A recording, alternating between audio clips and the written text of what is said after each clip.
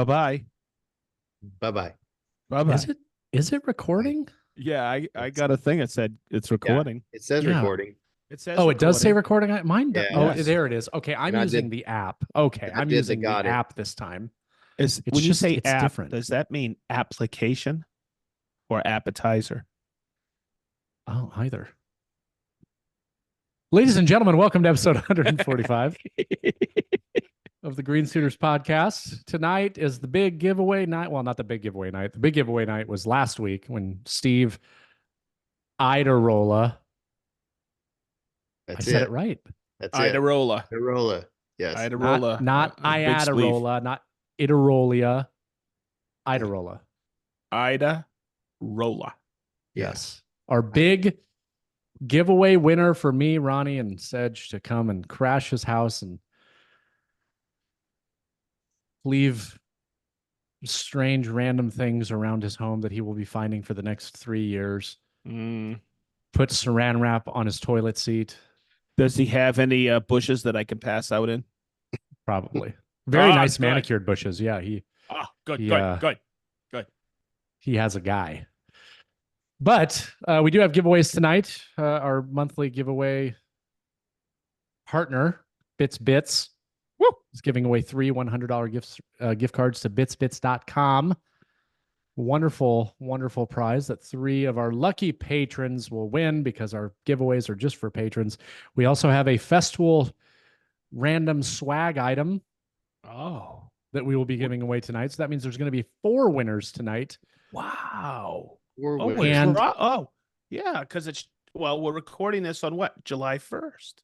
It is July 1st. Yeah. I do not know who the giveaway is going to be for the month of July, but it doesn't matter. But we do have one new patron to welcome, and he has a chance tonight to win. Wouldn't that be cool? Awesome. We have a new apprentice, Oh, wow. an Is that- individual by the name of Carl Irwin. Carl Irwin. Hey, Cal, welcome aboard. Now, is Carl the one that has a partnership with Lowe's with the Irwin tools? Is No, it the it's spelled same differently. Irwin? URWIN. Oh, it's a competitor. So interesting that Oh. you brought that up. I actually bought an Irwin tool product today. We can talk Did about you that. Really? I I'm did. interested to know what it is. I did. too. All right. Well, let's do a giveaway. Let's give some stuff away, shall we? Spin the wheel. Let's give some stuff away. First winner. You know, like they always say, someone's going to win. It's not going to be us. Someone's going to win. It's not going to be us. First winner of a $100 gift card to bitsbits.com is, of course, Dirk. No from way. No way. Dayton. Dirk. Yep. The Dirk from Dayton. The Dirk from Dayton. I took a picture for proof. His last name is Hossafafafafa, isn't it? Hopsafafuffle. Dirk from Dayton. Hopsafafuffle. All right, we're going to remove all instances because he cannot win again. Let's see who our lucky number 2 is going to be. Congratulations. Yeah. Dirk. Congratulations, Dirk from Dayton. Dirk from Who Dayton. is it? The names are so tiny, I can't even see. We have, I don't know how you pronounce it, but it's PFEF Workshop. Chris Pfeffer. Chris. Congratulations. Pfeffer. Congratulations. That's number 2. I think Cool. he's heir to that Price Pfister fortune, that faucet company. Or maybe married Yeah. to Michelle Pfeffer. Oh, that's his granddaughter, the Price Pfister. Ooh. Yeah, this is a whole dynasty. Price Pfister. Yeah, it's a whole dynasty. All right. Winner number 3 for the third and final $100 Bits gift card. If you're driving, brace yourself. We have Mr. DJ Serrano. All right. Oh, no. DJ. Serrano. Now, we're going to remove Wicked all cool. of those. Tonight's prize, gentlemen, it's nothing too flashy, but I did pick it without consulting either one of you. Uh-oh. No Oh, way. Festool Shades. sunglasses, which With are actually sugar. right now being worn by me. They have Oh. touched my skin. They are now worth at least $1.6 million.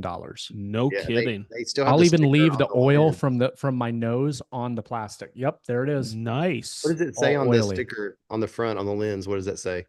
UV eye protection against ultraviolet rays. Nice. Those are nice. Nice. Even says Festool on the side. I actually Use gave Leo a that when pair you of get these. an He loves X-ray, them. right? Mhm. Yeah. Yep. Yep. You wear them when you're doing an So- X-ray. All right. Go ahead. What were you going to say? Ronnie, what's our giveaway total for the year so We far? passed 70 million last week. No, no Yeah. kidding. Yeah, 70 million. And that's in, like, you think about it, that's in 7 months. So Yeah. we're averaging 10 million a month. Yeah. That's incredible. It is incredible. Wow. What a deal. Yeah. What a deal. I mean, anybody, our accountants are going crazy. CPAs are like, what are you doing? This is a negative business model. Yeah. Who But But we don't care. is Yeah. We the don't care. winner? who's the winner? James with Dirty Meerkat Workshop.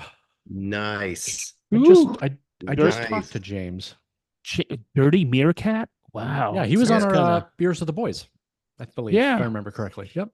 that Their was a com- good beers with the boys. It was. You know who their competitor is in their area? It's Clean Prairie Dogs. Is it really? Yeah. Yeah. They So- big competitors in their area. hopefully, James will not have to wait for a month to receive this item, which I have to go to the post office now and send out, much like our winner last month who won the water bottle. And I Dirty literally Meer- just put it in the mail today. Dirty Meerkat. Huh. Is Meerkat like a gerbil? Because I like gerbils. Something like This- that. That's for our other podcast, Sedge. Oh.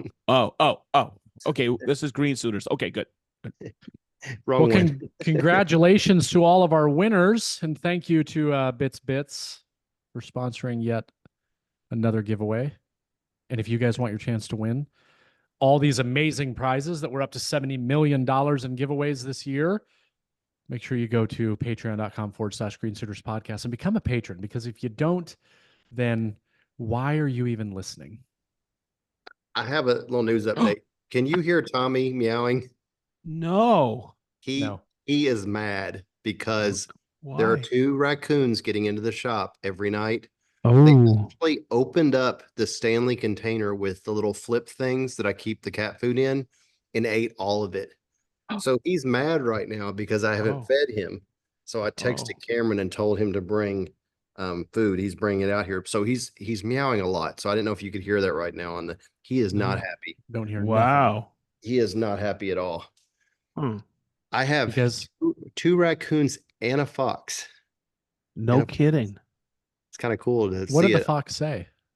They don't say anything. He walks across the front driveway of the shop and he tries to get into his cat door. It's not true. They do I've say got it. something. They say weird noises. I've heard a song before about it. Oh, they screech like unreal at night sometimes. We Well, used to have about 6 or 7 foxes in our neighborhood, and somebody said, "Oh, they should be caught and released in the wild." What really sucks is now we are overrun with rabbits again. I'd rather have foxes than these We rabbits. have a ton of rabbits in the front of the shop. Around there's bamboo, and someone must have let like pets loose. And I'd say we have like 200 that we see them along the side of the driveway when we go out. They're everywhere. We have every color. Yeah. So the foxes must be loving it. But he was Oh yeah. around the shop last night. Huh. I installed 5 cameras, and it's amazing to see all the things that happen after I leave. It's like it's like Mutual of Omaha's Wild Kingdom out here. No kidding. Yeah, it's crazy. I wonder if it's like night at the Smithsonian It's, and all it of your seems like tools that.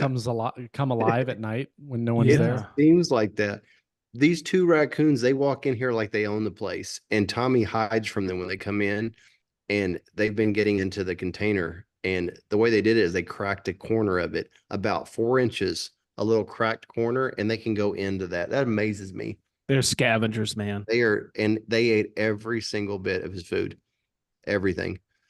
So that's between that and between the messes they make, they're not good Yeah. roommates. So I've got No. 2 traps set right now on the Hmm. other side, and I have a camera on it, just waiting for that to go off. And it's just unfortunate. They're just not good roommates. So got to deal with No. that. Ronnie, Raccoons do you love my shop. Do you want to hear what Irwin product I bought today? I do want to hear. Yes. Said you might actually be even Let a me little bit guess. proud of me. Let me guess what it would Yeah, be. guess. You Let's guys each see. get one guess.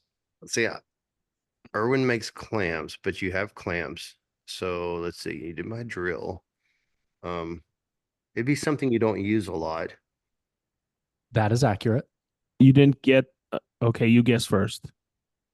Was it plumbing related? No, Was it a straight edge or a level? no. Okay, Well, you had one was it guess. big? I'm gonna guess. A drill bit. Sedge. No. You bought one of those cheap ass hand planes. No. Because I Good bought guess, though. I one. knew that would be your guess. Yeah, it's either a handsaw or a chisel. Nope.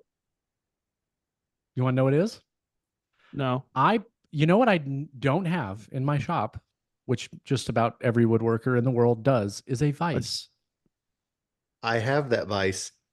So, well, I didn't get a Oh. big one. I've got the one that's like this big. I got a little tiny guy. Blue one. Yes, and it clamps to surfaces. It's got an undermount clamp so you can like put it on the edge of something. Hear me out. Here's why I bought it. Because I decided to go get new grips for my golf clubs today, and I needed to re-grip them. And in the past, I had something that would hold the golf club. And this little set that it comes with this little rubber grommet that holds the shaft in a vise. And I said, hey, this is a great reason for me to finally go buy a vise. So I went and bought one of these little clamp-on ones that I can clamp to multiple little things. Worked great. And now I have a tiny little $30 Irwin vise that I actually clamped it to my slider, like the actual sliding table on my table saw, because it gave me access on both sides to do what I needed to do. But that's what I did. I bought an So Irwin tool today. Added a vise to your slider. That would be an advice. That's exactly what Heyo. advice. He'll be here all week, everybody. Try the VO. Boom, boom. So yes, I went to Lowe's and bought a tool, everyone, all the That's naysayers out there. I'm just like everyone else. Hey, come on. Hey, I guess what I got, Jason, today for $3.49 at Menards. A Coca-Cola. No, another pickup tool, but it has a built-in shoehorn. Really? I don't use a shoehorn, but I could not pass up a pickup tool for $3.49. Like the trigger? Yeah, ones? yeah. I know you love those. Yeah, So- well, I'm gonna do a video at Christmas time on the best pickup tool. You're so lucky to have Menards. You don't have Menards in Kentucky? We have one 35 minutes south and like 30, 40 minutes north. The So largest. there's one in Florence, really close to Newport, the Cincinnati airport. And there's one in Richmond, Kentucky, below Lexington. The largest one in Indiana is in Lebanon, Indiana. Yeah, they are just very different from any other. Oh, They're not Home Depot and they're not Lowe's. They're very different. I like them. Well, it's like all of the other home stores in under one roof. Yes. Is kind of how I look at. I don't go to Menards very often, and every time I go in there, I'm like, why don't I come here more often? I know. Their They're sheet lumber. is awesome. They're lumber select. I just bought I was like, I don't want to go get a 4x8 sheet of MDF. It wasn't the cost. It's just I just needed a 2 foot by 4 foot. Guess what they had? 2 2 by foot 4. by 4 foot, 3/4 MDF. You saw what I made with it too, Jason. And they have Mhm. black laminate like MDF. They have things Yes. that no other people's have.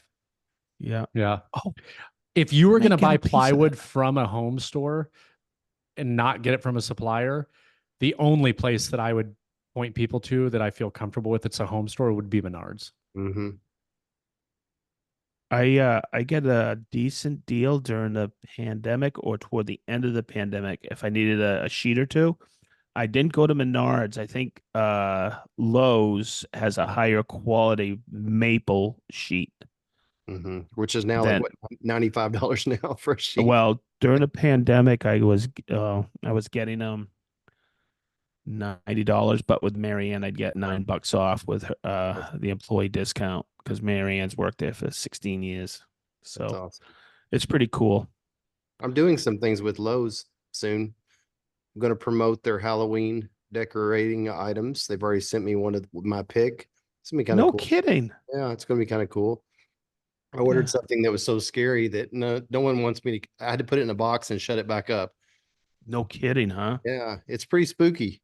But they told me the Lowe's crew told me that right now is the time that you have to ramp up for Halloween sales. It's like it's around the corner, which is crazy. We're not even at July 4th yet. And they said that it's people that are really into Halloween are starting to get ready for Halloween. So they're already sending out product.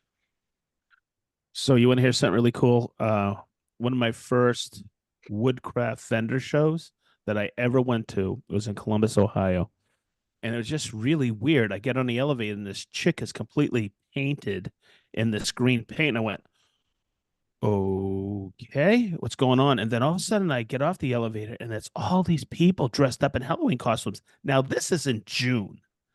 And I'm going, what's going on? It's all the people had a convention next to ours that it was massive. It was twice the size of a woodcraft vendor show, my buddy was there with Grex because he sells them body paint, the little Oh Airbrush. yeah, airbrush. yeah. Yeah. And he was telling me about it. He goes, all of these people own the scream houses across the country. And then all of a sudden I'm going to my room and I see 4 or 5 hearses with skeletons on them. Hmm. These scream parks, they make massive money. And all these people were yeah. there all Yeah. dressed up. It was pretty wild.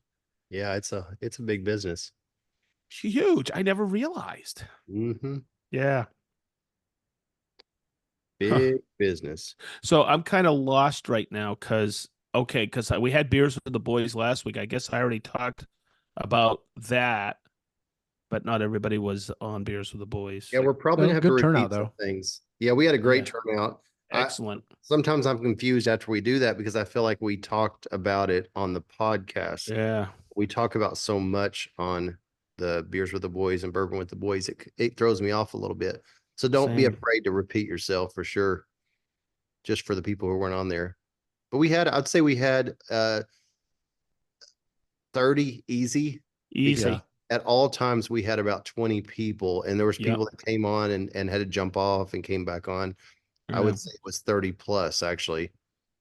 I see people jump on. I want to say hi, but then they jump off after 5 minutes and I don't have a chance to say hi, And some of those Yeah. come back on again. I noticed some of them that jumped off, they came back. Yeah. I don't understand what in life they would have more important than that, but I guess whatever. You're telling me. I mean, really, Yeah. what Literally bigger thing in nothing. life? I mean, some people are jumping. I mean, like we're not like Eric Spenceley where we like take off our job to go get married and stuff like that. That's stupid. Right. Yeah. And then have Yeah. to get like hosts right. to come on his podcast that actually know what they're doing and Yeah. make a couple of their episodes pretty good. You're just not dedicated. Yeah. So Yeah. you want me to kick off what I've been up to? Sure. Okay, so I talked about this on Beers with the Boys, but I'll talk about it here. I went last week for the first time. I stayed in Kansas City, Missouri, and I was doing the Woodcraft vendor show. It was great. I met a lot of green suitor listeners. Oh, did you really? Yeah, it's not That's open to the cool. public, but boy, a lot of people listen to us, gang. So that would And be I think Woodcraft owners. you owners, but also a lot of vendors listen to us. That's neat. And it was really cool. It was kind of eye-opening again for me as I continue with Sedge Tool, but it was funny. And with you guys here on the Green Suiters, and someone said, "I'll see you in September," and I went, "Oh, he's a patron." It's Very so cool. freaking cool. So shout out neat. to anybody I spoke with at the Woodcraft Vendor Show. But what I wanted to really talk about is, when I go to Menards, which we started talking about, I always like their CETA selection, a really great selection. Well, after setup, I looked at Garrett because Garrett and I had driven over as 8 hours from Indy, and I go, how far is this company?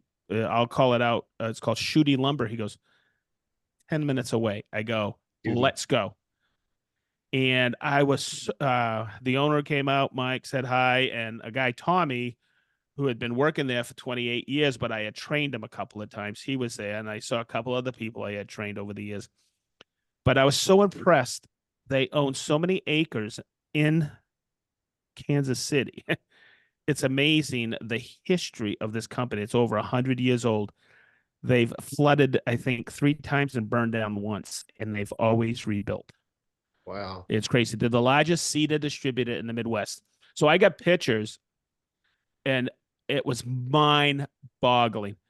I looked at this. I looked at this one barn, and they had nothing but 16 by 16, 20-footers, 16-footers, 24-footers. And I was like, what? And they're also the largest distributor of fur in the Midwest. And it was just crazy. So then we went up to the milling, and they showed, I think they had 3 or 4 Weinigs when they run stuff. But then they bring me into this one area. They go, oh, you got to see the bandsaw. And I walked in, and I looked back, and I went, oh, that's a big bandsaw. And they were like, isn't that big? And I think I was like being set up a little. It was a 37 Laguna, which is a decent size, right? But I had seen larger before in these yards. Then I'm thinking, they don't feed these beams through here like I thought. So he goes, oh, and I was set up. They take me into another area of the mill, and they have oh, you want to see the timber bandsaw? Okay, so they couldn't really tell me how long the blade was, but I'll tell you what, I measured. Tip to the back of the blade was 11 7/8 wide blade. Yeah, Lord. I have pictures and videos, and guess what they did? They turned it on, set up the power feeder. This thing's antique, and they threw a beam through there for me. Then we walked around the yard for another half hour, and then finally made it the showroom, and it was great. We had such a good time. I met a guy named Eugene. He's having problems with his sander. Garrett talked to him. And it's kind of cool when we speak to a customer like that who is, guess what finisher he uses, Jason, in his Renner. refacing business. Renner. Yes. So I knew he was a wicked cool guy, and we talked that. Just as a side note, Sedge can help you with his sander, but he can't help you with your wife. Okay, go on. That's right. Okay, so long story short, we dialed it in. He was getting swirl marks, and he had everything dialed down. So all of a sudden, I said, have you ever switched a pad? He goes, yeah, but here's that. I'm talking about a pad. He's talking about an interface pad. So Garrett and he pulled the paper off, and he said, what do you think? He had so much crust inside that original pad that he had for 4 years. We switched it out, 0.0 swirl marks. Yeah, that makes sense. But you know what? It was really cool because we really wanted to help this gentleman, and emphasis on gentleman, just such a nice guy, cabinet guy. And we resolved the situation, and that was a great hour and a half I spent on the road, just hanging out at a sawmill, timber place. They had like about 40 different exotics in their showroom. It is. And then we started talking, and this is the weird thing that I knew, but I really didn't know. Guess what was across the street? Kansas City, Kansas. It's literally a street, you know. Really? It's crazy. You know, I didn't realize till you started talking a second ago that I remembered that when I used to build a lot of pergolas, like Western red cedar pergolas, they told me once that it comes from Kansas City. Yep. They told me that. Yeah. And so that's where you said they were the largest distributor. I see that because I know that's where ours comes from. And I'm a fanatic with cedar and the smell of it. Oh, I was like in heaven. And they keep buying acreage around, and they keep expanding. It's just really, really cool to see a company like that, you know, a timber distributor like that is really successful and continues over 100 years old. Because that's what I was afraid to ask you again. How old did you say it was? Over 100? 1915. Oh, wow. That's crazy. It's freaking unbelievably cool. Yeah. So, and then it was a great show. And then I came home and I did Beers with the Boy. I did Festool Live. on 4 hours sleep. Oh yeah. And then I took a quick power nap in the afternoon. I went on with beers with the boys. I think I hung in there pretty good. What did I Yeah. make? Yeah. About You eleven stayed on fifteen. longer than I did. I made Yeah, about eleven it was fifteen. 11:15. Yeah, and I'm not sure Yeah. how long they stayed. I didn't ask because I jumped off when you did as well. Oh, Uh, cool. Yeah, but I would say they were on to at least midnight because there were still, I would think 10 to 12 people when we jumped off. Yeah. There was still a fair number. It's just I had hit my threshold, man. I just couldn't go any further. My ceiling, I should say. And then I was up at 5 again. But I had a great day in the shop, great day around the house, taking care of a lot of stuff. Chris was over Sunday morning, shot a video. It was business as usual, and it was fun. It's awesome. Yeah. I guess Jason, you know this. You know how I hate it. Oh, I gotta travel. I gotta go on the road. But boy, when I get there, I kind of get reinvigorated. Mhm. And this time I realized it a lot I'm making a lot of headway. So it felt good just chatting with everybody, and it was a lot of fun. So I met some great people, rekindled a lot of relationships, and boy, just going, I'll say it again, going to see Shooty Lumber. I don't know if they listen to Green Suitors, but man, it was cool. And just the people there. Oh, they introduced me a guy in the sawmill area. You ready?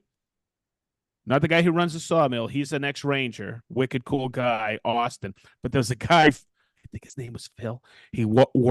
They asked, "Hey Phil, how long you worked here?" He goes, 46 years.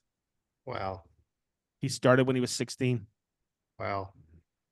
It's amazing. 46 years he's worked there. And guess what? He seemed happy. And that, I think that matters. That just says, oh wow, cool place to work, right? Yeah. We have a lumber yard in our town that's about 100 years, and you think about what they had to go through. They went through good times, they've been through bad times. They've Yeah. been through total employee rotations. No one that was there before is there now. It's amazing what it takes for a business to stay around for 100 Yes. years. There's 1,000 factors, and it's it's mind blowing, really. Hey, what year is next year?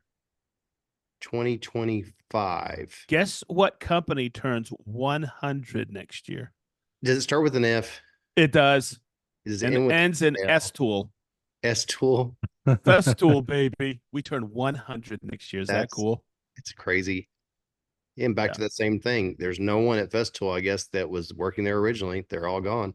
But now there's people that just carry on their ideas and their methodologies and legacy. It's just crazy to me to think of a business making it 100 years. I would love to know the percentage of businesses that make it 100 years. Probably very small. Sure. I bet it's less than 5%. Yeah. But you know what's interesting? It seems like the wood industry businesses have longevity. Like a lot Yeah. of, I guess it's almost easy to say that every major town has a lumber yard that's probably close to 100 years old because it's Yeah. something it's always needed, Oh, I could, you yeah. know? But it's changed. It may have changed names or bought by a bigger company, like who we have downtown, Jason Carter Lee. It's not the Carter Lumber Yards, but it's Carter Lee. Right. And I think they have molding cutter heads for all the homes on Mhm. Meridian. It's crazy, and they've been around forever. But they got bought, or I think they got bought by ProBuild or something like that. But everybody still knows them as Carter Lee. Yeah. So we have Congleton lumber and they've been Yeah. around for 100 years. And it's same thing. They have a wall and drawers of cutter heads. And there's a really high chance if it's a house in our area that they have the cutter head because that Yep. one point they were the people you went to. And Yep. I've went before to their little library thing. It's so cool. They have a cutter. I mean, they have one custom made when they don't have that, but then they save it and they have 100 years of cutter heads. It's All crazy. of their Powermatic tools are green, like Oh they're yeah. all that green colored that from the 1950s. They're still Made in running a lot of McKinnville. those. A Made lot in of those. McKinnville, Tennessee. Really cool. Yep. There. So, Ronnie, What have you been up to? I have been preparing for the storm. I have some huge loads coming in of materials product the next 2 days. And in the meantime, I never get bored. So I decided I was going to start my major garage remodel at my house. And that involved taking everything out and painting the walls, spackling 20 years of different ideas that have failed, like starting with pegboard, open shelves, cabinets, everything I've ever tried at our house that I was like, nah. And it's amazing how many holes you have in a garage walls after 20 years. It's amazing. To the point of that I had to spackle them all, paint the first coat on there, then see what I could see again and do it again. I had to do it twice.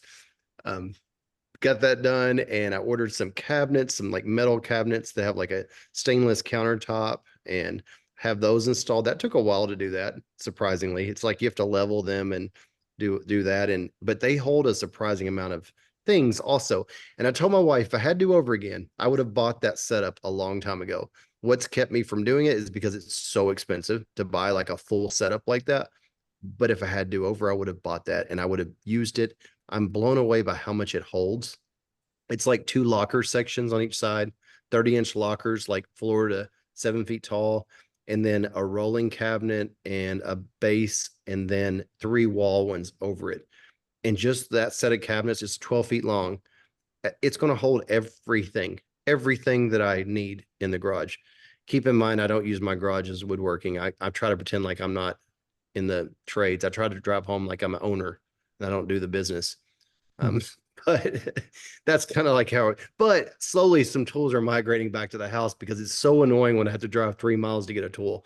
So I'm starting to try to get the house stocked. I went from extreme of having nothing at the house to bring it back. So that's what I've spent a lot of my spare time doing that.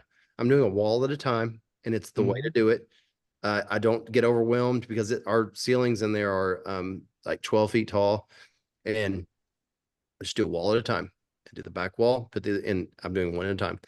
And I'm going to finish up with the floor, and I'm going to be using the interlocking tiles, and that's going to be cool. It's going to be just like a gray with a black square around it. So it's going to be cool to get that all done. It's never a good time to do it, but it's finally, I feel like it's there. All the toys are out of the garage, all the power wheels, all the tricycles, all that stuff's over now, and nothing's in my way. I'm going to have like the kind of garage I see my customers have. That's I have a constant tease. I see because a lot of my customers are retirees slash they're not in the trade. So their garages are just like ridiculous. Like I'm like, do you own a shovel? It's crazy.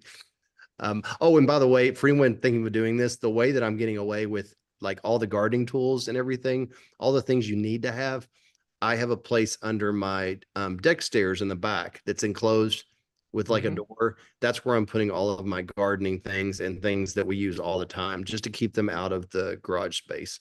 I want to try to make it like as plain as possible in there. And that's where there's been a big part of my life last week and a half. Wow. We have July is going to be a huge month for installs. We have a lot of deck ceilings. We have screens going in. Enough to be stressful. We've got to really fit a bunch in there. So we're kind of working that in the background. And we're also, we took a break on the boat and we're working on that again. So that's good. We're playing catch up. But back to that idea I told you about the wall. I need to remember that's the best way for me to work. A wall at a time, just get it done and stop in small pieces.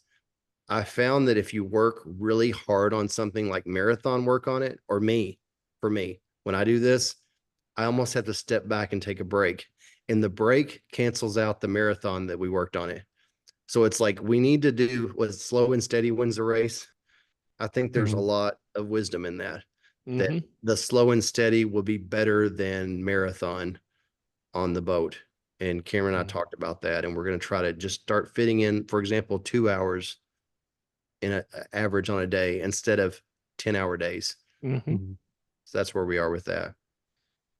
That's kind of Sounds like a the good approach plan. that I take with home projects. You know, I work on it for one day and then 9 weeks later I come back to it and Well, work on it some more. And then 9 weeks after that, then then I'll apply finish. So I'm gonna doing a post soon. Remember that wine bar that I built in the basement a year and 2 or 3 months ago?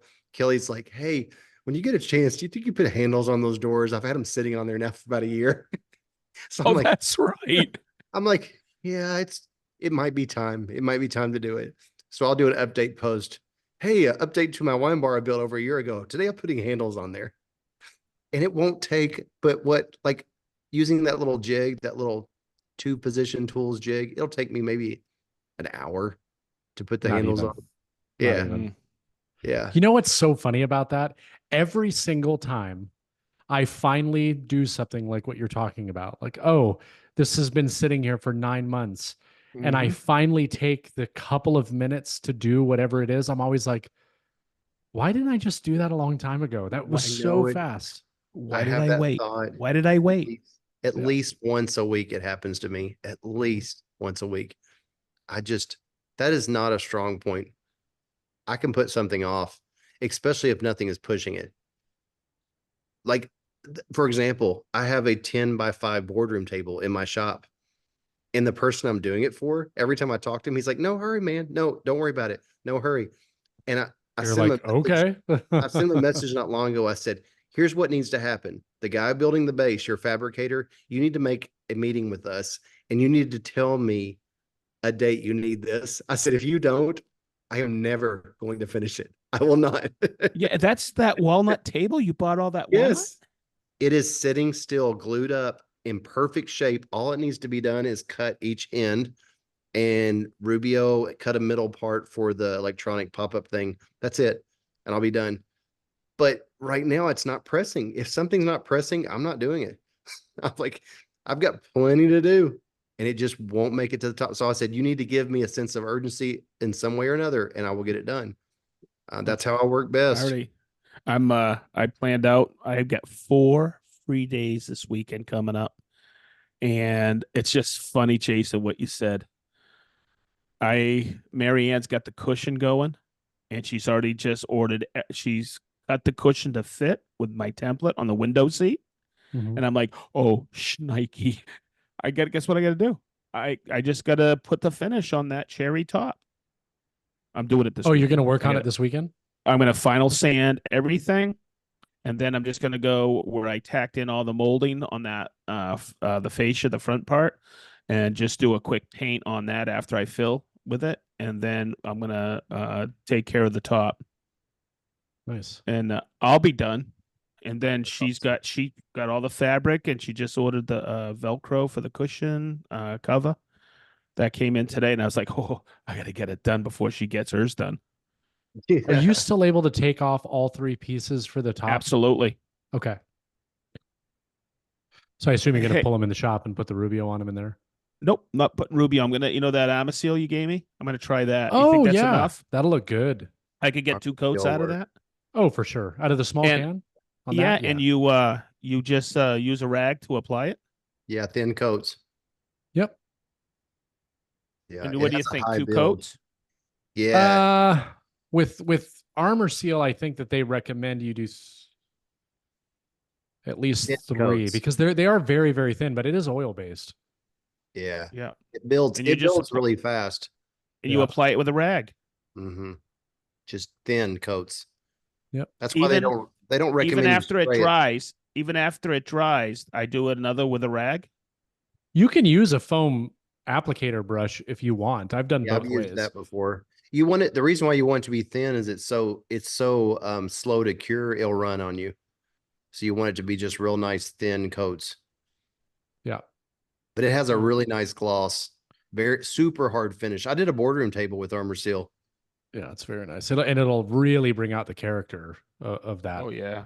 Yeah. But all I've done before is I'll just take like a little like a piece of a t-shirt, cotton t-shirt, Yep. white undershirt, whatever. Yep. Just soak it and then just wipe it down everywhere. Just make sure there's not like huge globs or anything sitting anywhere. Oh yeah, like yeah. just That's a nice white. Yep. Yeah. Leave it for 24 hours, come back, light sand, do it again. Yeah. Sounds good good. stuff. I will. It could not be any easier. I mean, like next to Rubio, I would say Armor Seal is probably the next easiest finish. The only downside about it is since it's oil based, it takes 24 hours in between coats. Yeah, the thin Okay. helps. Thin makes it cure faster, especially this kind of weather. Yeah. It'll- And if I apply it Yeah, with a and you rag, I'm climate gonna control. apply, and I don't have to like wipe it off or anything. I just apply it and be done. Yeah, Yeah. make sure it's thin. Yep. And You just don't even want any- coated. Yeah, puddling anywhere. It levels out so good. I mean, all Okay, it general lays finishes down good. Oh It lays gosh, down? yes. Yeah. It's good stuff. All general finishes, everything that I've ever used. Enduravar is another one I really like, and that is water based. I've used that too. Enduravar is actually, it's got the properties of Armor Seal in the sense that it is a water based finish. However, it will almost give you a look of an oil base. That's why I like it so much. So it's like a really nice in between. So Enduravar dries very quickly because it is water based, but it Oh, still wow. gives you that like beautiful rich color that an oil based would. I was talking with the guy, the legend of General Finishes this past week. I should have asked him as well. Tom Yeah. Moynihan. He's a wicked cool guy. Yeah. Yeah. I used their milk paint. There's a lot of products I've used. That I went down I the haven't rabbit tried the hole. milk paint yet. It works really nice. Our kitchen cabinets are the milk paint. I sprayed them probably 10 years ago. They were like a maple color, and we sprayed them like a off-whitish kind of color and then glazed the top. And that's like over 10 years ago. It's held up. Hmm. I used high performance clear on top of it after that. Huh. I just got a message from one of our patrons right before we started this podcast that I want to talk about. But Hey, They want to read because can some. I ask you what you've been up to, Jason? I'm interested. yeah, so I'm nothing. gonna bounce. Yeah. Just kidding. Not much. I know I see you've been playing golf a lot. I have been trying to get out on the golf course more often. Oh, I mean, I got my new dust collector all hooked up. So that was yeah. good. Cool. And I actually made some cuts today in the shop, just some test cuts at the table saw to see how it was handling it. And it's doing a very, very good job. So, Yeah, so it sucks. yeah, it sucks really good. I did a I did a weekly update on my Patreon. I do like weekly shop update type thing. And I was showing the dust collector, and I was showing this section because I had to tie in the ductwork to the existing ductwork with a small section of flex hose, 6-inch flex hose. It's super rigid too. But I mean, I only used maybe 2 feet, maybe to tie in the two sections until I figure out later on, which, I mean, let's be honest, it'll probably never be full duct because I'm like, it works fine. Like, I'm not worried about it. Yep. So it's fine where it is now. But I was showing in the video, I'm like, the reason why I used such a short piece, because I really wanted to I didn't want there to be a bunch of slack and it like flops around when you turn the machine on. Well, it moves barely at all when you turn on the machine. You can tell the machine's on, but it's very minimal. However, I have a hose that runs from the blast gate to the back of the table saw. It's one of those blue Rockler expandable hoses. And when I was using the Harvey, when I would turn on the dust collector for the table saw, it did not move the hose really. It didn't compress it. It didn't restrict it. It didn't do anything. This new one, the minute I turn that dust collector on, that hose just like tightens up and like shoots right off the ground because the amount of suction that's going to that port now is definitely more. And again, that's not to talk badly about the Harvey. It was just that's a visible, noticeable difference that you can see immediately. It takes out the stiffness of your flex hose. Yeah. No, it gives it stiffness. It makes it a stiffy. So It makes it more rigid. Ronnie, I got to comment on something, and it's only for people who can. Oh no, does yeah? I guess patrons can see the video. Ronnie, what my screen is for the Zoom call, Mm-hmm. you know your track is right there. Yep. Okay, and what happens is it blends in with my screen. I keep going. Do I have a track here? Yeah, mine. The same thing on my screen. It's me next to Ronnie, and I kept looking at that track, and I'm like, "What? Why is there?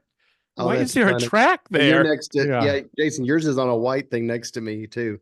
Yeah, by the way, this sticker was my idea to remember that it goes to the two-bladed one. What's it called? TSV TSV. 60. Yeah, that didn't work. I've already cut the splinter guard. Hmm. Cut it 3 times now. I tried to use the sticker to remind me which one to keep just dedicated for that. It didn't work. I need to spray it fluorescent orange or something. You know what I do you know what I did do today? What? Booked more tickets to go to Germany. Oh, again? Nice. When? Yeah. So we're going to visit Steve when the 11th, 12th, and 13th. Mm-hmm. We come back on that Sunday. Monday I pack. Tuesday we fly to Germany. Oh, wow. So Yeah. I thought last time I heard you said you all weren't going to go in the fall. Did I hear that wrong? I didn't think we were, because when I was talking to Nicole about it, she's like, well, I have some stuff I need to do at work and I just don't know if it's going to be a good time. And maybe we should just go to like the beach or something for a week. And then her family, because we told them while we were there that like, hey, we'll probably come back again later this year. Well, when we told them that we probably weren't coming, they were all like heartbroken. So I was like, we're going again, right? So talked to my wife about it today. I was like, hey, I know when we're going to the trip to see Steve. So I was like, okay, well, we can go. We just can't go on Saturday or Sunday, and it worked out good for her schedule, and so we booked more tickets. And again, I'll say this over and over again. Like, I'm not telling people what to do with their money, and I'm not telling people that they need to get credit cards, but let me tell you, the best thing that we did in this family is get credit cards that give us airline rewards. And this will be the third trip to Germany in the last 2 years. The first time we paid for one ticket. Last time I paid for one ticket. This time we paid for 2 tickets because I only accumulated enough miles to cover the 2. And realistically, if I would have used a separate rewards thing, we probably could have got them all. But I'm like, we'll just use it again next year. It has been so worth it from that perspective. Like it's like a no-brainer getting something for our money, and it's making it possible because we couldn't afford that. Can you imagine? Like, it is so expensive. It is. Like, it's $1,300 a person to fly, like, Comfort Plus or whatever through Delta, if you're lucky and you get that price. 4 kids or 4 people twice a year, there's just no way. Wait a minute. You had that right. 4 kids. 4 kids. It is 4 3 kids. kids and Nicole. Yes. 3 kids and Nicole. Yeah. So anyways, we are going to Germany, but the reason I brought that up is because I just want you guys to know that your good old buddy, Jason Bent, owner of Bent's Woodworking, is kind of a big deal. Would you like to know why? Why? Because Bent's Woodworking is the newest international sponsor of a German soccer team. Bent's Woodworking, official sponsor. International sponsor. Do you get Yes. a National sponsor. You get a banner on the side of the field? Yeah. So let me break it down. I can't remember if we talked about this before. What kids league is it? It's 2 to 3 years old, little girls. No. So when I was there on this last trip, my brother-in-law, Stefan, he plays for every like town there, right? I mean, it's Europe. Every town has soccer teams, right?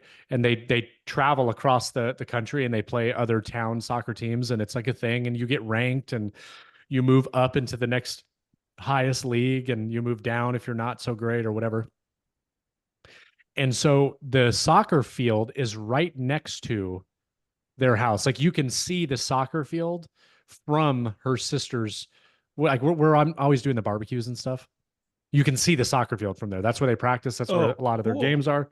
So I went down to one of the games. And when I went down to one of the games, I'm looking around, and all across the whole area and on this little beer house or whatever that they have that they always drink at after the games, there are all these banners. and it's all the sponsors. And so I just said jokingly, I was like, next time we come here, I want to see a Ben's Woodworking one. They're like, you can do it if you want to. You can pay, and it's not that expensive, and we can put your banner up there, and it's advertising. And I'm like, okay. So not only is it advertising, which means I can write that off because that is business related. Is it not? It is marketing. It is. Yep. 100%. So I said, how much is that? And it's dumb. It's like 75 euros per season. Per year. And you have to sign like a 5-year deal. And I'm like, okay, like we'll do that. But that's not where it ended. I told them, so they have their soccer jerseys, their official soccer jerseys, like you would get anywhere. But they also have like an entire like arrangement of like warm up and practice clothing, and it's all matched. All the teams have it. There's like 3 different teams, and there's a sponsor that's on the back of it. And I jokingly said while I was there, I'm like, $75 to do that. Like, how much does it cost to be a sponsor for the team? Like, what if I gave like, $4 or $5 grand? I'm like, that's a write-off. Like I'm utilizing this. Like I'm sponsoring a team and marketing and getting my brand out there or whatever. Right. Turns out they said, well, what they told me, there's like, yeah, you're not going to be able to do that. And I was like, why? I have the money. Like I will pay to do that. Like, this is my family. Like, I would love to do this. I think it'd be so fun. It'd be so cool.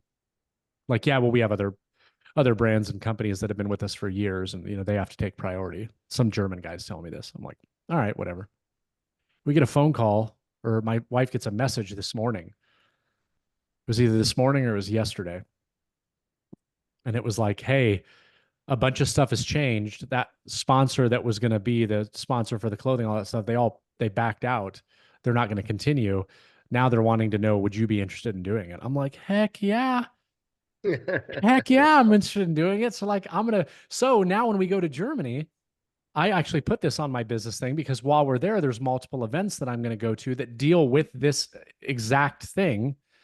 And I get to meet all the players. I get to meet the teams, everybody that I haven't met, go drinking, do all this fun stuff. And now I'm going on that trip, and the multiple days I'm going to be doing that stuff. It's business. Whole trip's going to get written off, which is not hard to write off a international trip. Like, as long as I think it's like, I have to look at the rules again, but it's like 1/3 of your days dedicated to doing, or something each day. Like, you can write it off and it's not bad. Anyways, I just thought that was so cool. Like, Ben's Woodworking is going to be all over Germany, and their season starts, like, they're going to be playing and practicing and stuff while we're there. That's neat. So you guys will get to see my logo. I said, as long as I can put my big smiling, grinning face on the back of the shirt, so it's staring at everybody all the time, then I'm for it. That's awesome. Yeah, that is so freaking cool. My Gary responded to my story or my post on Patreon that I was doing about that, and he was like, "Oh, you're like the new Ryan Reynolds," because he bought like a soccer team and yeah Wrexham or whatever it is. Yeah. Yep. But this is not that level of soccer. Ryan Reynolds also didn't he also do a bourbon like thing too? And like $1 zillion or tequila. Was it tequila or bourbon? Gin. Yeah, something. I knew it was something, and it like that aviation gin. Yeah, that blew up. Mint Mobile. He's a genius. It's like that couple that bought that minor league team in Savannah, and they turned the whole league around, Savannah Bananas. Yes. I had no idea what it was. And Robert, my buddy, went last week, Thursday night, and on Friday he was explaining it to us, and I was getting excited.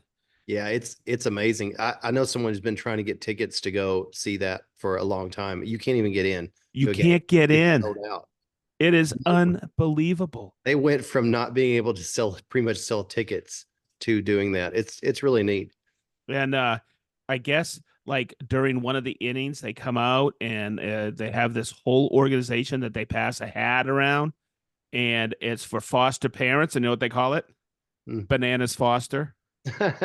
It's these people were in marketing. From my understanding, I might be getting this story wrong, but what a great success story. Yeah. Tickets are impossible to get. Yeah, it's neat. I heard tidbits of their story and kind of put them all together in my brain over time. And I was just like, that's so cool. I just like hearing about that. It made me go, geez, let me do a little bit more research on it. And it's a good story. Thinking out of the box. Yep. And and there's certain rules to the game that they play, and it's all Right. these traveling teams that are involved. I think they made it shorter than a regular Oh game. yeah. Yeah, they made it shorter. So It's a not lot more as fast long. paced. Yeah. Yeah. Maybe Really I cool. should change the name of my YouTube channel to Ben's Banana. Vince Banana. Marketing genius right there. Ben's Instead of that banana. oval, it'll be a banana with Vince written on it. I guess Yeah. I would probably need to change my content a little bit too then if I did that. That is Ben's fun. Banana. Did you get all those hairs cut today? I did. All Yeah, those look at hairs. that. Now you got your summer buzz. I'm going to play golf tomorrow with a patron, Mr. Joe Metz at Hawthorne Nice. Country Club in Indianapolis. So I wanted to make sure Nice. that I was Oh, looking sharp. Hawthorne? Hawthorne? Oh yeah. That's a good course. Yeah, looks very, Making that very up. fancy. It's a private country club.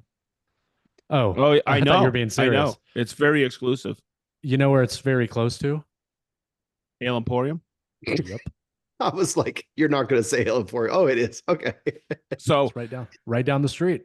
so we have these marketing meetings, get-togethers whenever we bring everybody in. And Angela goes, she always tries to get everybody to come to these meetups. And we do like, we went to that Top Golf knockoff last time I went. It's kind of like just getting together and having fun away from the office. Well, she's got something scheduled. And she looked at me the other day and she goes, and Sedge, guess where we're going to lunch? And I go, where? She goes, it's next to Ale Emporium. I said, boy, are we going to have a good time. Have I been there? I don't think I've been there yet. Is that one of the places you've taken me to? No, you haven't been with us, I don't think yet. Oh, Where's the place wow. we went to that had the burger that if you ate it, it was free?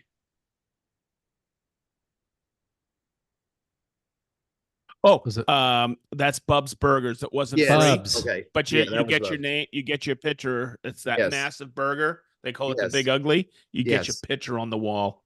Gotcha. Yeah, that was. Yeah, I've not been to Ale Emporium. Okay. Oh my gosh, man. I don't know if we're going tomorrow because we're playing at 10, so we'll probably be done at 2. I don't know if I'll yeah, I don't know if I'm gonna get to go there afterwards, but I hope I do. I've been craving Ale Emporium for a Oh my while. God. Those are the best daggone wings Well, on the planet. I was trying to find a reason to go today because I actually called. There's a golf store right across the street from it, Golf Mhm. Galaxy, Yep. and I knew I was playing golf tomorrow. I was going to see if I could get like on the spot club regripping, and they were like, if it's 2 or 3, yes, but if it's a whole set, then no, you're gonna have to leave them. And I'm like, I'll just do it myself. How And often then do you got to because of that, I didn't regrip get to do it. clubs? If you're like a pro and you're playing and hitting balls every day, I mean, you should probably do it at least once every season. But the only reason I did mine is because when I bought these new clubs, I got standard size grips, which I've never done in the past. But I was like, let's try it out because I've hit the ball really well. And then I got some new wedges and they have the size that I wanted. So I just said, screw it, I'm going to switch all of them. I've got big hands, so I need a little bit more control, bigger grip. Gotcha. Although that club looks really big when I'm holding it in my hand. Hey yo, Ben's Banana. Bent's Bananas, Bananas Taco. Yes. So what I wanted to quickly talk about and get your guys' input, since we are a woodworking podcast, we might as well. We've actually done pretty well tonight talking about quite a bit of woodworking stuff. Talking about finishes and clubs and but grips. Finishes is what made me think about talking about it. Mr. Nathaniel Belagazel, one of our journeyman patrons. Ooh. He wrote me a message today. He doesn't know that I'm doing this, but he'll listen to the podcast and then now know. But he wrote me a message saying something like, hey, I have a project. It's something to the effect of, I have a project thinking about using the Renner 718, that 2K product that I've been using. Wanting to know what your thoughts are on Airless versus HVLP. I'm thinking about getting an HVLP because I'm still very, in the beginner side of things when it comes to finishing.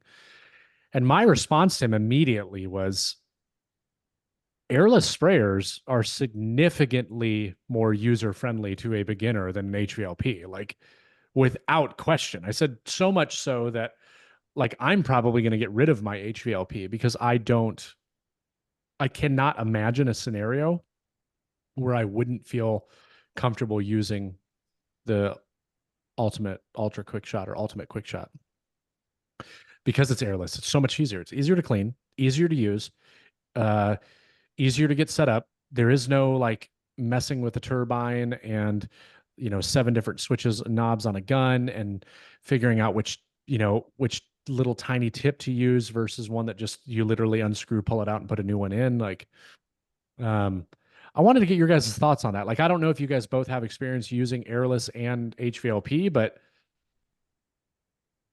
for me, it's airless all the way. I cannot think of a scenario now where me as a green woodworker, right? I'm not a finish expert by any means. I actually hate the process. Am I crazy in saying that airless is just a better option for somebody that's not as well versed with finishing? I prefer airless for sure.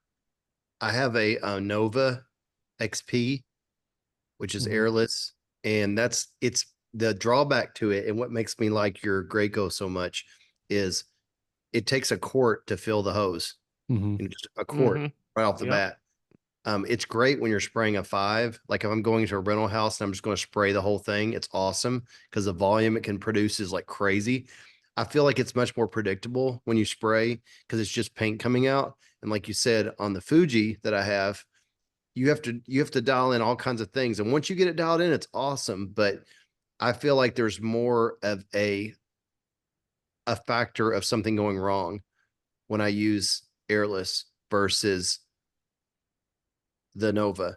And that's what makes me When you real. wait. When you use HVLP I mean, versus okay. HVLP versus Okay. airless, because I feel like that Nova is so predictable. I mean, only problem I've ever had with the Nova when the diaphragm, I think, split on it, and it just doesn't work. That's the thing too. It either works or it doesn't. There's no in Yep. between. Yep.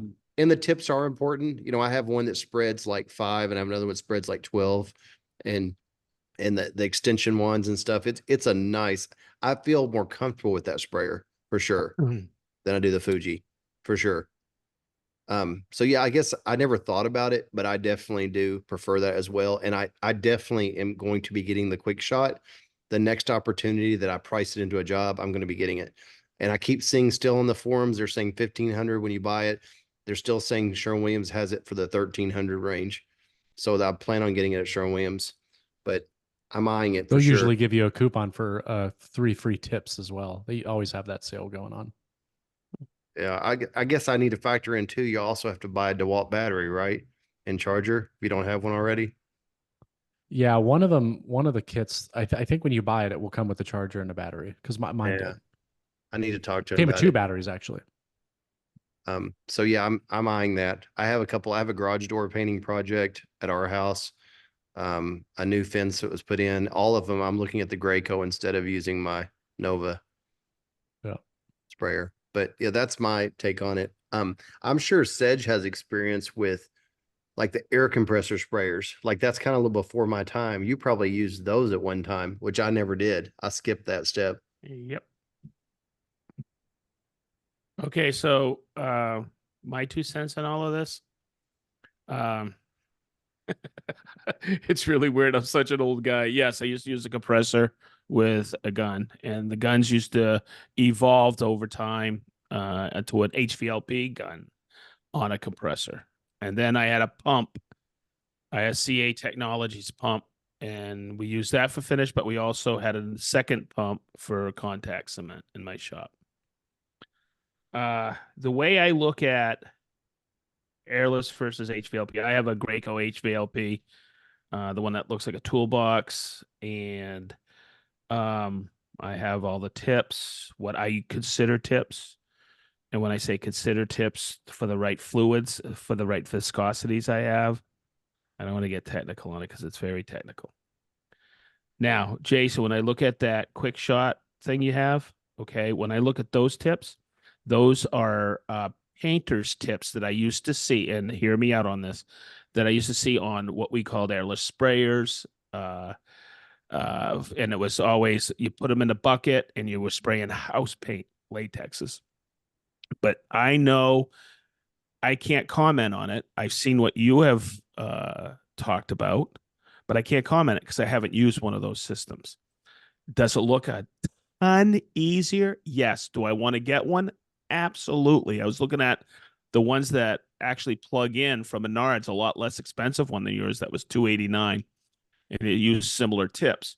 So I can't comment on that versus HVLP. What I can tell you about HVLP, yeah, high volume, low pressure. I shot with the original one from Apollo. It looked like a top hat. My mentor had it, and that's where I learned it. But you want to talk about they can be finicky. There's a lot of control on like the gun I have, the Edge gun I have. I added the Artisan uh, dial on the gun. It can be finicky, but once you dial it in, I can shoot and just lay down lacquer like nobody's get out. And now somebody else at work borrowed it or borrowed a similar one, and he was spraying this really thick stuff from PPG, and he had a hell of a time on his last cabinet. So for a beginner, I would go with something similar to what you said or are using now, that quick shot, and go from there. But I can't comment on it because I haven't used it. I can't. So I'm used to what I'm used to. I just like HVLP because you want to talk about overspray in the older days. You know, it was a huge fan moving that stuff up, and just it was toxic, but that's how you sprayed. That's all there was out there Yeah. until Apollo invented HVLP out of California for regulations. Yeah, you just touched on something that if he does decide to go the HVLP route, it took me a long time to learn because I learned, as most things I learned on the streets, I learned you can dial back the pressure to the point of that it sputters and go Yep. just a little above. Because if Yep. not, you have a ton of overspray. Yep. And overspray is not as big of a problem with airless as it is HVLP. You can think you're doing amazing and you don't realize that you have it way too high. Oh, Dial it back. absolutely. Dial it way, way back. I learned that after using it for a long time. I learned it on my own, and that affects your finish too. It can affect how clear your finish. It can be more orange peel. But How much you atomize it. yes, you want to play around with that, the atomization and the pressure. And then if you do it right, you don't have a ton of overspray. Now, I could teach somebody with a $15 gun from Harbor Freight and a compressor. I could teach you how to spray and get a killer finish. Yeah. But there's a ton of technique. You don't want to end up with fat lips or drips, runs, but you know what a fat lip is, right? As if you're spraying and on the edge of your door, edge, you just yeah. that you get that buildup. It's called a fat lip. Okay. So And you can get that so easily with any gun if you don't know how to spray. And for me, the right lighting, there's so much technique to it. For the me, right lighting, what are you overlaying properly, and just the right tip. The right tip and knowing how to fix stuff. Yeah. And for me, walk away and let it lay down. Yeah. Yeah. Depending on what the finish is, some more than others. Let it lay down. Yeah. One of the biggest eye-opening experiences I had and why I'm such a proponent for the quick shot is I have sprayed out of an HVLP quite a bit. I mean, up until I had the quick shot, every single finish that I sprayed was through the HVLP, which I have a Apollo turbine, 5-stage turbine. I did have an Apollo bottom fed gun. Now I have a Fuji gun that I use on the Apollo turbine, right? But so I've used both types.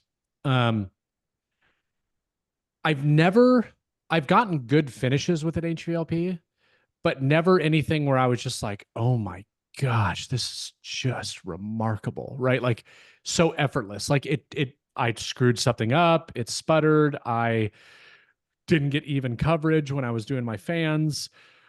It took me a long time to test to get the spray consistency to where I wanted it, finding the right tip. Don't even get me started if I'm spraying paint and how much you have to thin it, depending on which tip you're using and figuring out the perfect combination.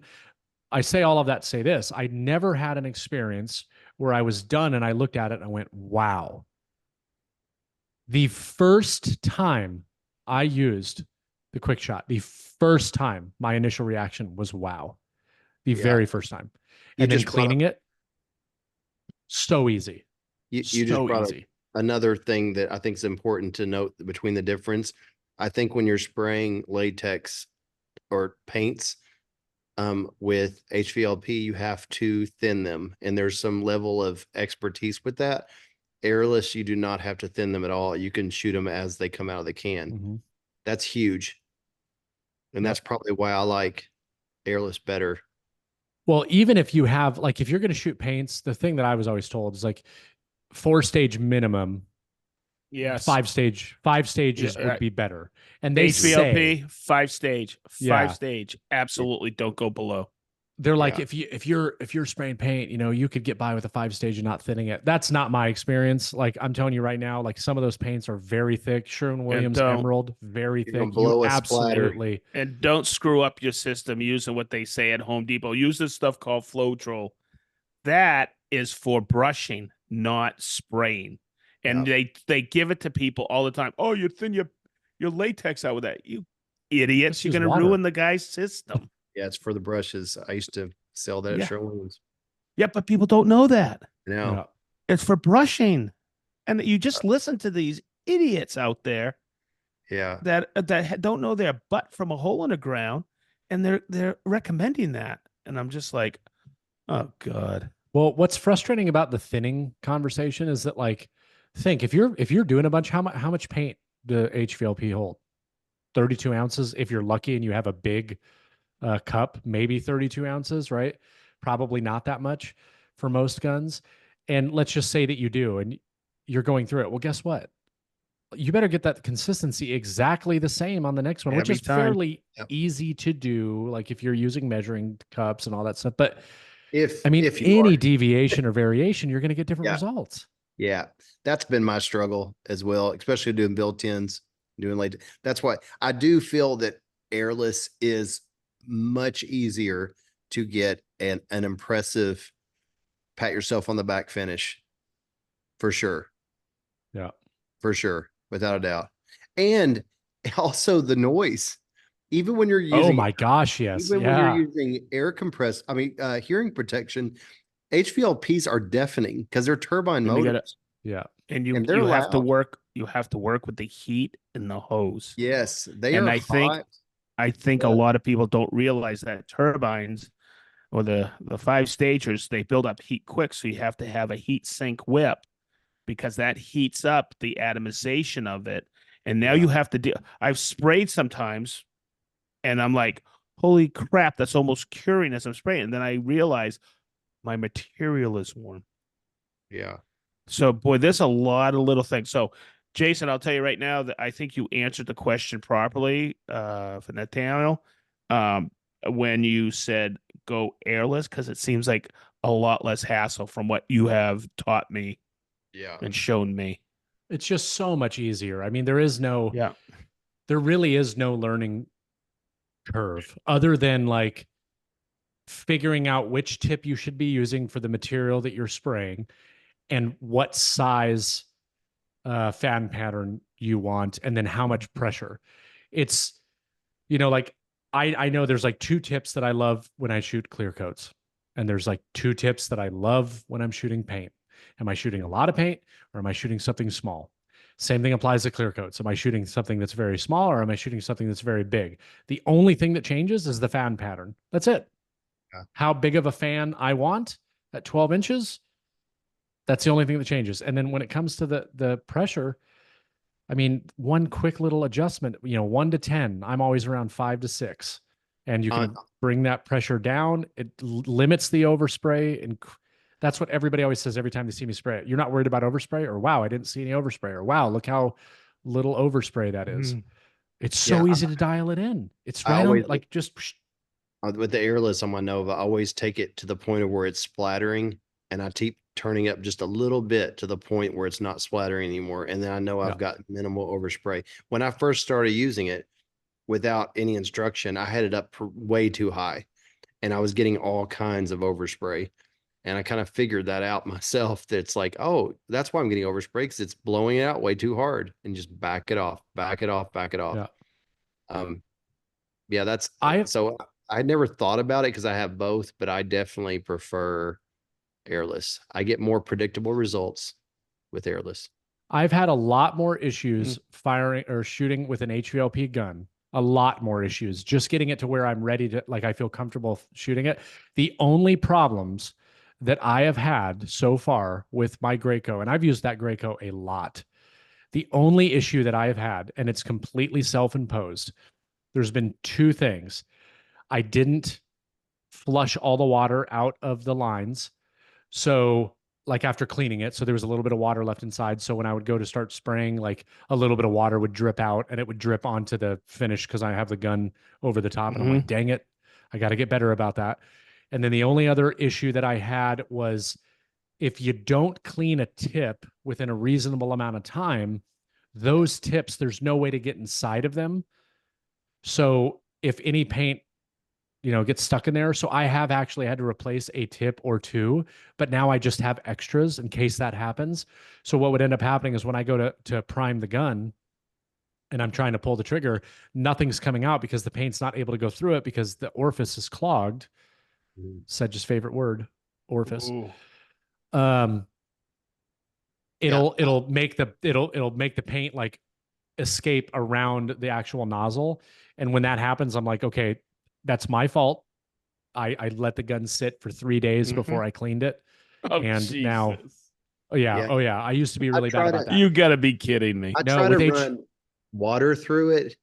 And can you reverse the tip on the Graco, turn it backwards and run Yep. it through the way? Yeah. If you do that, you'll never have that issue. That's not saying I do that, but that's what I should do.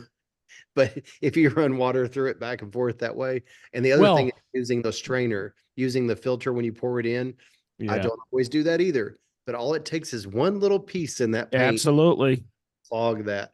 That's And any gun. You always strain yes, first. if you don't, you will regret it. Yep. That's for sure. So Can you say that one more time? Orifice clogged. Oh, thank you. The thing with mine, it wasn't a result. I know what you're talking about because like if you get a clog in an Airless, especially a Graco, the way to clear the clog is by flipping the tip backwards so it's the larger hole diameter. Spray it. It blasts that paint through, and then you turn it back, and now you're good to go. It's so easy to fix a clog, right? My issue is that I just let it sit, and paint started to dry within the tip instead of it just being like a little tiny piece in there. And again, you can't get anything inside of there to clean it. So yeah, Nick, now because it's so easy to clean, I clean it without even thinking about it. And I'm going to tell Sedge a funny story. It's going to make him cringe, because I could tell just by the reaction when I said I didn't clean the gun for 3 days. With the HVLP, the reason why I don't use the Apollo gun anymore is because I can't open it. You got to be kidding me. No, I cannot open the cup on the bottom because paint dried it shut. I'll tell you what to do. And that's why I don't use that gun anymore, what? because That I happened was to an me. idiot and I ruined it. Sedge, that happened to me. I mean, Jason, that happened to me on a Fuji gun. You know what you have to do? Hit it with a hammer. Go around and hit with a hammer, and it'll break that seal. I need to do that. I don't even know, want to know what that looks and- like on the inside. In You big know shops. what? It was fine. It was fine Have on you the guys- inside. Hey, you guys ever seen gun cleaners? In big shops, they take the whole thing and put them in once the material's out, and they pressurize them, and they run all kinds of stuff through them. And it's a really cool thing to have. But those are humongous shops, professional. Nowadays, those huge shops have robotic finishing you know. But when it Mhm. was all spray, it was called an automatic cleaner. You just take it, put them in a cabinet, shut it, walk away. Gun gets clean. If I had a slop sink in my shop, I would be so much better about it. And Me too. I've still considered putting one in there. Me too. I have to take mine back to the house because I do not have water at my shop. I have to do it in the kitchen sink, and Nicole hates it. Oh, Kelly does not like it at all. I said, that's why it's called stainless steel. Shut up, woman. No, that's not what I said. Oh, that's what you say when she's not around. Yeah, that would have been Yeah, so funny if tonight was the one night that she decided to surprise you at the listen. shop and bring you dinner, Like and she last walked in time. right when you said that. Yeah, last time I talked to her in the house, remember she came down that last winter and I was like, oh, and she just showed up right the right time. Oh yeah, because you were saying No. I got to go to JLC next week, and you Oh, went, that's it. And I said, I haven't even told my wife. And she's like, what? Where are you going? And I was like, you never come down here. Jason, also I think it came with my Fuji. I have a little key ring of metal pins that they go down to the size that can go into any orifice of a tip. Oh, orifice tip. I Oh, that use must those- hurt. That if must hurt. If you looked on Amazon for spray cleaning tip, whatever those are called, like Orifice cleaners. there are wires that go down to the level that will go in any size. I have like 5 or 6 of them on a key ring, and I use that a lot. It'll usually poke one thing out when you're in the kitchen sink doing that. Yeah. Yeah. Nice. But that is a Oh, problem. my God. as well. I have to You go can't- to the sink and I'll wait longer than I should to clean those out. Sedge And is all you know what? excited. Look what time it is. Hey, Good you know what? thing. That's another advantage of an Airless is I can have a 5-gallon bucket of water and I can just run it through that Yes. and it's Yep. done. There's not a cup to clean out. I can just run it through, and I know if I ran water through it, it's completely diluted out.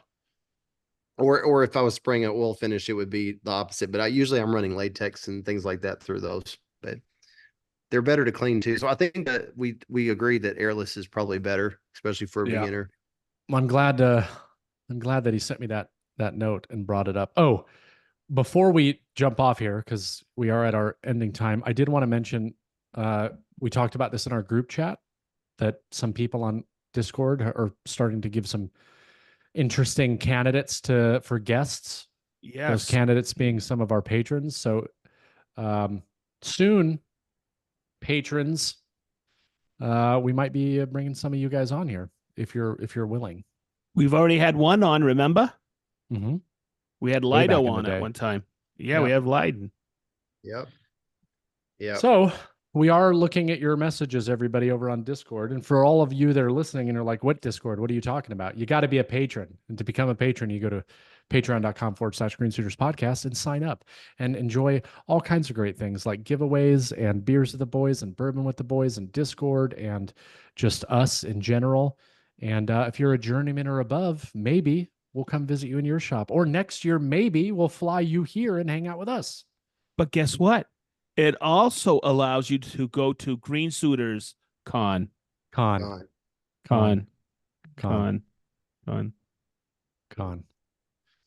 All right. Well, that's going to do it can't- for this episode. I can't wait for Green Suiters Con. Sedge, Con. do you know what I can't wait for? What? Soccer teams, sponsored soccer teams. No, I cannot wait for bye-bye.